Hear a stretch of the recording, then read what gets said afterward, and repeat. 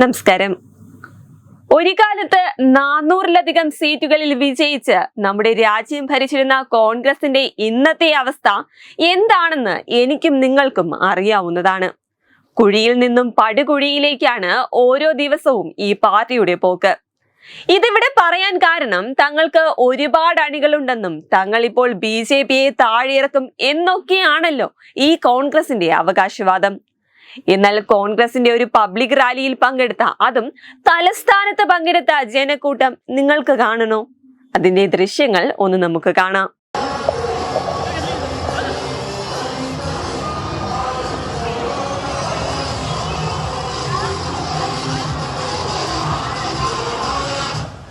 കണ്ടല്ലോ, അണികളേക്കാൾ ആളുകൾ വേദിയിലുണ്ട്. റാലി കഴിഞ്ഞുള്ള സമ്മേളനത്തിൽ ഭൂരിഭാഗം കസേരകളും ഒഴിഞ്ഞു കിടക്കുന്നതാണ് നമുക്ക് വീഡിയോയിൽ കാണുവാൻ സാധിക്കുന്നത്. അവിടവിടങ്ങളിലായി കുറച്ച് ആളുകൾ മാത്രം. ഇതാണ് രാജ്യ തലസ്ഥാനത്ത് കോൺഗ്രസ് ഒരു പരിപാടി സംഘടിപ്പിച്ചാലുള്ള ഇന്നത്തെ അവസ്ഥ. എന്നാലും തള്ളിമറിക്കലിനുമൊന്നും ഒരു കുറവുമില്ല കേട്ടോ.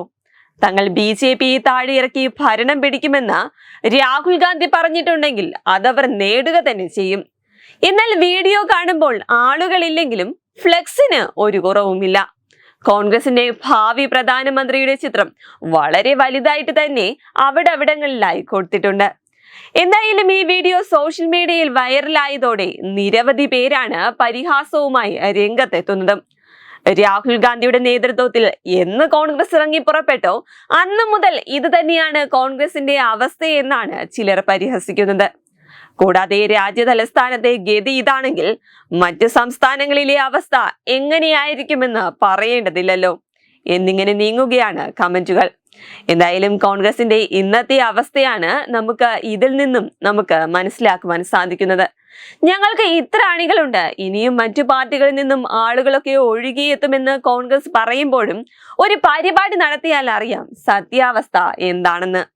Web desk Tatwamayi news. Powered by Jyotis. Realizing your dream home.